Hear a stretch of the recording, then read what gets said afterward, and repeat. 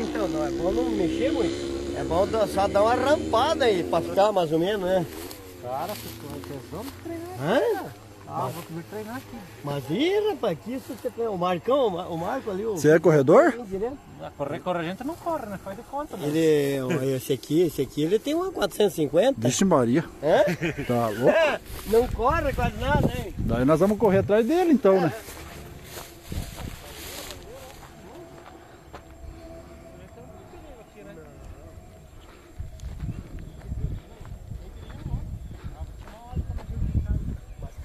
Eu já falei umas 50 vezes, pode que trazer o piazinho dele, digo, porra, traga o piá teu aqui, ó. Aqui, ó, dá pra deixar ele brincando aqui com aquela motinha dele. Você corre quadro? Aham. É, ele corre lá quase. Olha lá, ó. Nossa, agora estamos... É grande aqui, rapaz, vai lá pra baixo, tudo, porra, pra você treinar aqui, é uma beleza.